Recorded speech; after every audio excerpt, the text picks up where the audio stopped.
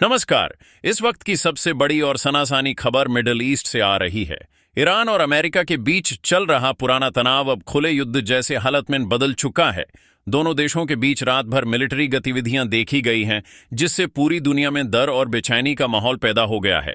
Iran का कहना है कि अमेरिका ने उसके एक महत्वपूर्ण मिलिट्री ठिकाने पर हवाई हमला किया है, जबकि अमेरिका ने इस एक्शन को अपनी सुरक्षा के लिए जरूरी बताया है।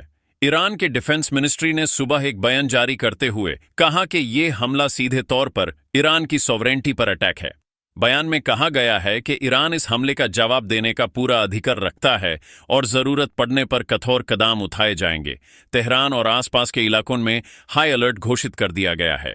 एयर डिफेंस सिस्टम्स को एक्टिवेट कर दिया गया है और आम नागरिकों को घरों में रहने की सलाह दी गई है। वहीं वॉशिंगटन से आ रही जानकारी के मुताबिक व्हाइट हाउस ने कहा है कि अमेरिका जंग नहीं चाहता, लेकिन अपनी नेशनल सिक्योरिटी पर कोई समझौता नहीं करेगा। पेंटागन का कहना है कि ईरान की तरफ से मिल रही धमकियों और गतिविधियों को देखते हुए ये कदम उठाया गया। प्रेसिडेंट ने देश को संबोधित करते हुए कहा कि अमेरिका हर संभव कोशिश करेगा कि यह तनाव पूरे युद्ध में न बढ़े, लेकिन अगर जरूरत पड़ी तो अमेरिका पूरी तरह तैयार है।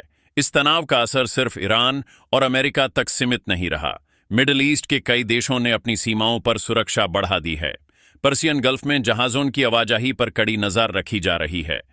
तेल के दामों में अचानक तेज उछाल देखा गया है, जबकि दुनिया भर के स्टॉक मार्केट्स में गिरावट दर्ज की गई है।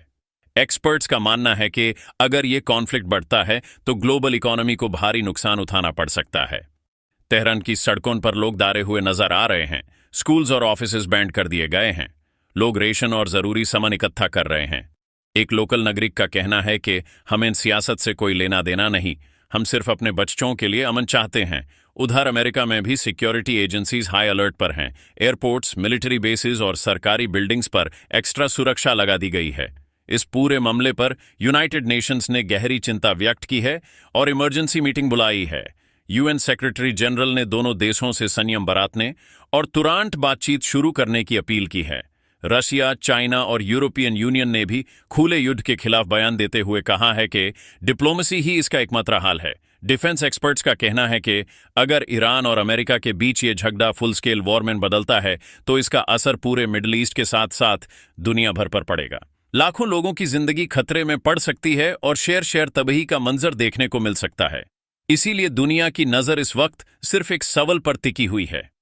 क्या ये तनाव बातचीत से सुलझेगा या फिर दुनिया एक और बड़ी जंग की तरफ बढ़ रही है? फिलहाल हालात बेहद नाजुक बने हुए हैं। दोनों तरफ से बयानात सख्त होते जा रहे हैं, लेकिन साथ ही डिप्लोमेसी के पर्दे के पीछे बातचीत की खबरें भी आ रही हैं। ऐसे में अगले कुछ घंटे और दिन बेहद महत्वपूर्ण माने जा रहे हैं। हम इस खबर पर लगातार नजर बनाए हुए हैं। जैसे ही कोई नया अपडेट सामने आएगा, हम आप तक तुरंत पहुंचाएंगे। इस वक्त के लिए बस इतना ही।